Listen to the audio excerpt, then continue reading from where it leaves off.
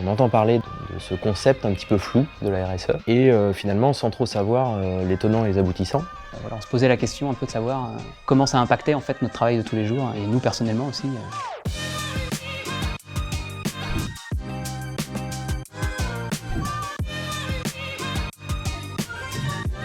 Donc ce matin, on a fait une fresque de la RSE qui a permis de bien comprendre les contours de ce qu'est une stratégie RSE pour une entreprise ou une organisation. La fresque de la RSE est un peu basée sur le même principe que la fresque du climat. Mais sauf qu'une fresque du climat, on va parler vraiment que de l'environnemental. Alors que la fresque de la RSE, c'est vraiment assis sur les 3 piliers de la RSE, l'économique, le social-sociétal et l'environnemental. Donc on va travailler sur les impacts de l'entreprise et non pas les impacts individuels d'une personne. Et l'idée c'était de ranger les cartes thématiques avec notre logique en fait et d'en faire une sorte de schéma qui était compréhensible par tout le monde et qui était censé représenter ce que nous on pensait être le RSE dans une entreprise. Ce que j'ai découvert ce matin, c'est qu'on avait un certain nombre de bonnes pratiques. La mobilité douce, le travail de rapport d'impact environnemental sur nos productions. On peut aussi les mettre en avant. On a souhaité les accompagner pour déjà montrer ce qu'elles font déjà et aussi aller plus loin. Donc la RSE dans un studio comme le nôtre, ça touche sans doute plus au numérique responsable. Pourquoi? Parce qu'en fait c'est des fichiers numériques avec lesquels on travaille et on est aussi beaucoup en relation avec les clients par mail, par téléphone.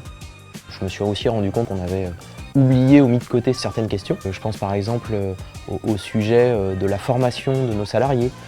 Je pense au sujet aussi du management responsable. La fresque de la RSE, c'est la première étape du parcours qu'a lancé la Fédération. Ensuite, il y aura un autodiagnostic que les scopes vont pouvoir faire en ligne, qui va être aussi avec des questions spécifiques à leur métier. Ensuite, elles pourront avoir soit un accompagnement personnalisé, soit des formations collectives. Et puis, on va leur demander de prendre des engagements. Et à la fin de ce parcours, elles auront une attestation de la Fédération, comme quoi elles sont engagées dans la RSE.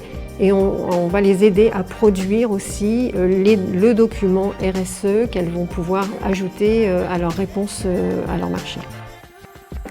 L'objectif, c'est derrière, en rentrant, de mettre en place d'autres leviers, d'autres actions qui se baseront sur ce qu'on a vu ce matin dans la fresque de la RSE.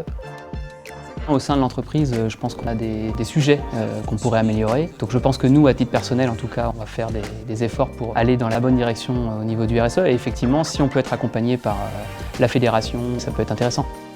On est en plein milieu d'un tour de France en fait, où on va dans toutes les unions régionales faire cette fresque de la RSE à la rencontre de nos adhérents, mais aussi des adhérents des autres métiers, toujours dans les valeurs de partage.